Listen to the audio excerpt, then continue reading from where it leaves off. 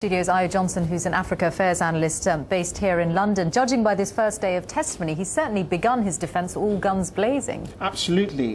Clearly he's a good speaker, he's very confident, but he's going to be found wanting sooner or later because the crucial questions have got to be asked, and I'm hoping that the prosecution would do so. So you think the prosecution have a strong case against Charles Taylor? Well, the thing about Charles Taylor is that he's been one of these guys where he's been so up the pecking order that it's been very difficult to show the distinction between him and the smaller generals on the ground who are actually carrying out a lot of these atrocities. Of course, we've just heard from a lawyer. It could be difficult proving that circumstantial evidence is enough to build the case against him.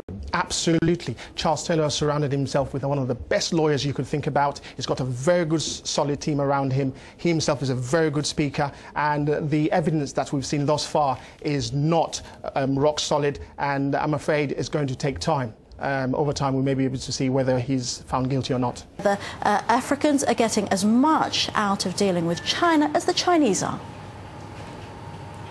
Well, that's a very good question. The reality is that Africa needs element of trade, and the Chinese have been willing to do so. They've expanded, as you've notably mentioned in your report, excessively so across the African continent, which has been quite a good thing, because Africans clearly need that exchange. The question has always been, what is the level of impact that this change is happening? I think in the case of Zimbabwe that you clearly mentioned, China has, like all other donors, have to meet up to their responsibilities to ensure that the pledges that are made are equivalent to receipts on the ground. Can you contextualize the migration patterns within Africa?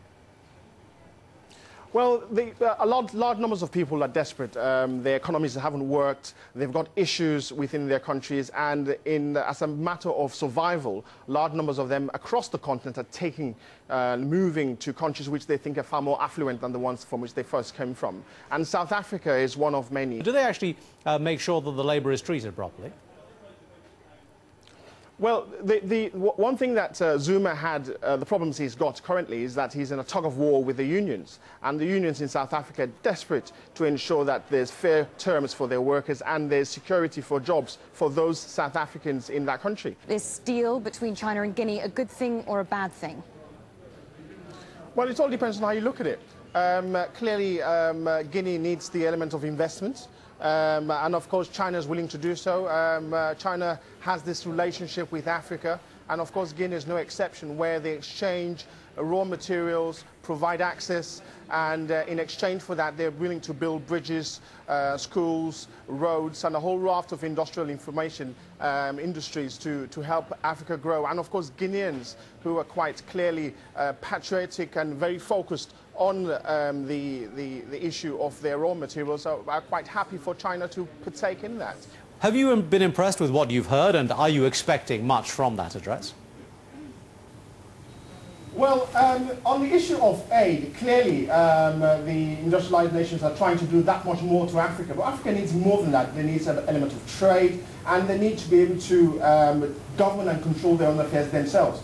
On the issue of Obama, Obama clearly going to Ghana is an indication that Ghana is being rewarded for the good practices, that the fact that they've had free and fair elections, they've had good governance, and attracting a lot of foreign direct investment. So it's as a result of those good elements that I've mentioned that Obama is making that trip. What's it like, Ayo Johnson, for people in Africa to be watching these convictions going on in Paris? These arms deals have been going on for some time, and they're looking at it and thinking, well, it's about time that someone is actually found guilty for some of these atrocities, because clearly the arms sales is a billion-dollar industry. It destabilizes regions, it affects governments, it actually keeps politicians in power unnecessarily, it actually controls population, and it impacts directly on communities. And President Museveni, once credited with opening up the airwaves, has now silenced 4 of the most popular radio stations in Uganda. The media as a whole have been curtailed. No reasonable discussions are happening on radio at the moment. It's got to tug a specific line. If we look at what happened in Sierra Leone, we saw something similar, where journalists were arrested, where we had media outlets that were threatened because they thought that they were perpetrating and inciting youth to go on the street and cause anarchy. If it doesn't allow the media to actually have the ability to do their job, then we're going to have outlets who are prepared to go the extra mile and do things clandestinely. Do other Africans look at Nigeria and say, yes, they're making progress 10 years on? Well, no. No.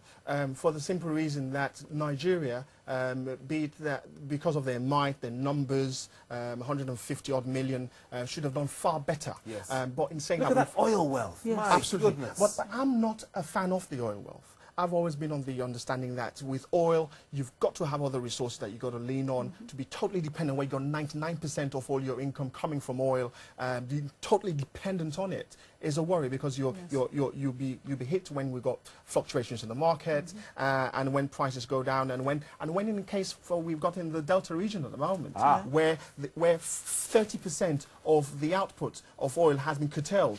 Literally instantly. It hurts the government. But also, the rest of Africa looks at Nigeria and thinks, well, we thought you guys were a superpower. Clearly you're not. South Africa has taken that mantle.